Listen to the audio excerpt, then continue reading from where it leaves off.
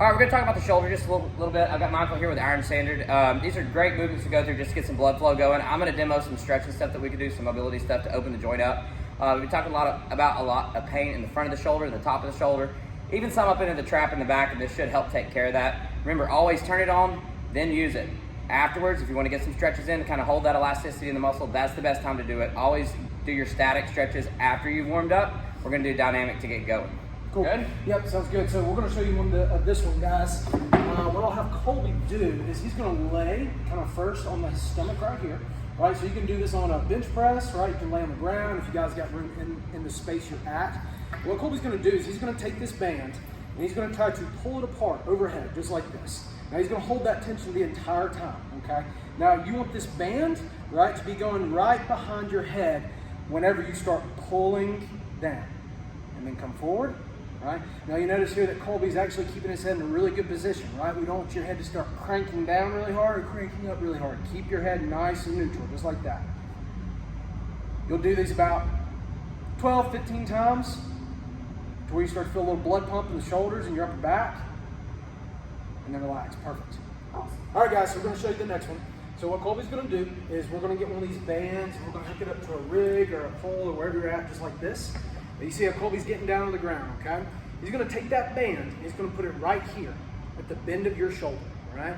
Now, what he's gonna do is he's gonna lay on flat and he's gonna try to scooch away from that band, get plenty of resistance, gonna be pulling into your shoulder just right there. Now, when you do this movement, right, do not want your shoulder blades to come up and over like this. I want you to keep your shoulder blades nice and flat on the ground the entire time. So Colby now is gonna keep his shoulder blades flat on the ground. He's gonna pull across, so he's pulling his elbow across his chest, just like this. He's gonna hold it there for a few seconds, then he's gonna back off of it, all right? Then he's gonna do that again, pull across, keeping his shoulder blade flat on the ground, and then back off. All right, you're gonna do this for about a minute to a minute and a half, just kind of pushing in and out of that. You may feel a little tightness, a little pinchiness around there, that's okay. Now something else you can add to this, now you'll see Colby's in that really wound up position there. He's gonna take his hand, what you can try to do is do like a high five down below. So you hold it, squeeze it for a second or two, back off. Hold it, squeeze it for a second or two, back off. Just like that. All right, so next up, I'm gonna grab a band. This is a purple band, so it's probably a little bit heavier. You can go to a red if you need to. We're gonna just put our hands in it and then go across the back of the shoulders. So this is gonna remind you just to keep everything tight and not use your hips to pop in and out of push-up. Great, great, great warm-up exercise. So right across the back of the shoulders, we're gonna work on tucking the belly in. Let's go down to the floor. You can come just off if it feels comfortable, and then just explode out. Okay, so down and out. Watch the hand position on this.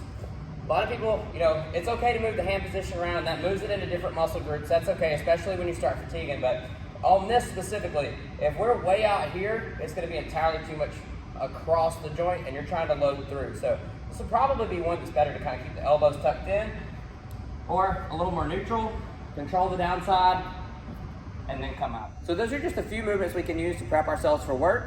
Maybe we started with something that was a little bit tight, we got through the movements and that worked it out. That's excellent. We need to keep doing these.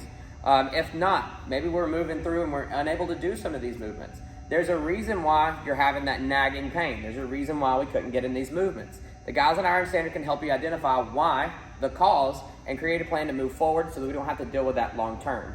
I'm gonna drop their information down here in the description if you would like to work with them. Otherwise, stay tuned. We've got more videos coming.